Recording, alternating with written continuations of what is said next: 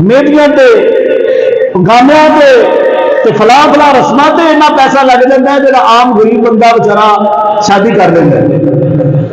اس واسطے نبی علیہ الصلوۃ والسلام کا اصل طریقہ ہے کہ جوان ہو جائے، اولاد بالغ ہو جائے تو نکاح کر دو، لیکن اج لوگ آتے ہیں جی پیروں تے کھلو لو، منڈا جوان ہو جاتا ہے، جوان ہو کے وہ پیروں کے بجائے گوڈا کو بھی رہ جاتا ہے، پھر وہ شادی کر دیتے ہیں۔